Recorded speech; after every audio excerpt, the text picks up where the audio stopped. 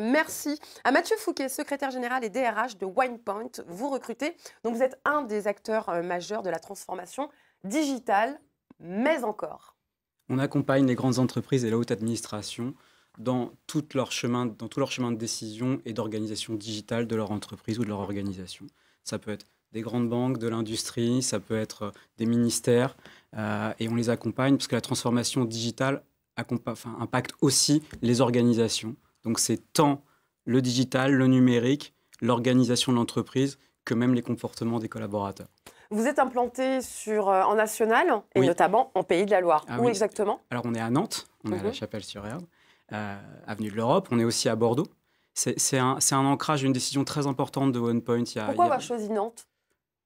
Ville très attractive, bassin d'emploi fort, niveau de formation initiale très élevé, proximité des clients, aussi un rayonnement international. Même si c'est en province, que ce soit Nantes ou Bordeaux, ce sont deux entités avec un rayonnement international fort. Et vous disiez tout à l'heure, pendant le tourisme, vous êtes originaire du Mans, c'est ça? Oui, en termes d'international, on a fait plus loin, mais c'est vrai, oui. Et c'était une décision de OnePoint très forte de se localiser en province. Ça a été un des arguments pour nous différencier aussi d'une concurrence plus importante qui avait plutôt tendance à aller en dehors de France, voire en dehors d'Europe, pour offshoriser, comme on dit, certains emplois. Nous, on les a relocalisés en France. Aujourd'hui, WinePoint recrute? Oui. Aujourd'hui, on recrute. Alors, on a 300 postes ouverts sur la région. 300 ce qui est gigantesque. Sur les Pays de la Loire. Oui, c'est énorme. Ce qui est important, ce qui résulte de plusieurs choses. Beaucoup de marchés gagnés et qu'on fait en France, d'accord, et une politique d'investissement très forte. Ça a été une décision de s'implanter localement, c'est une décision de rester, de rayonner.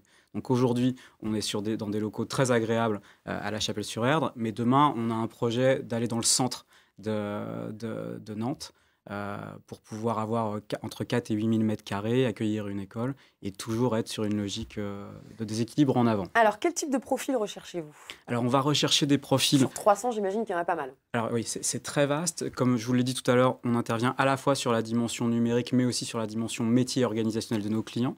Donc, on va chercher principalement des experts autour des nouvelles technologies de l'information, donc Java, .NET, Microsoft.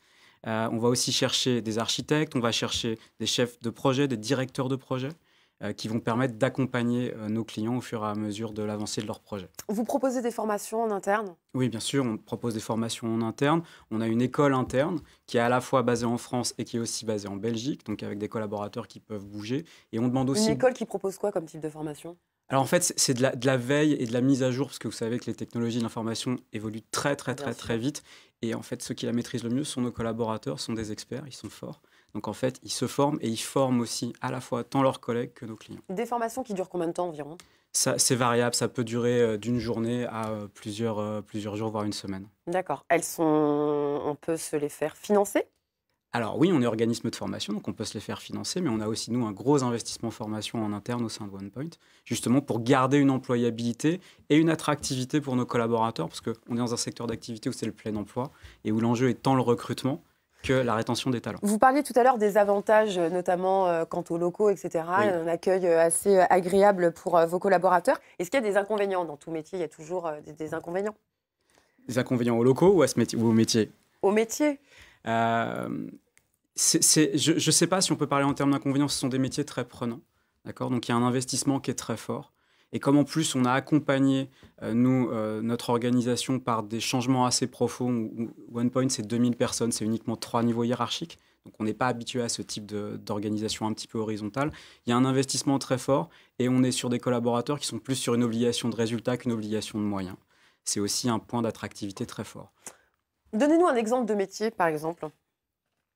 Vous allez avoir un consultant qui va faire de l'accompagnement du changement, donc qui va aller avec une équipe chez un client pour transformer son organisation de A à Z, tant de la réflexion que des impacts en termes d'outils, ce que ça va avoir dans sa gestion au quotidien. Quelles sont les démarches à suivre pour pouvoir postuler chez vous?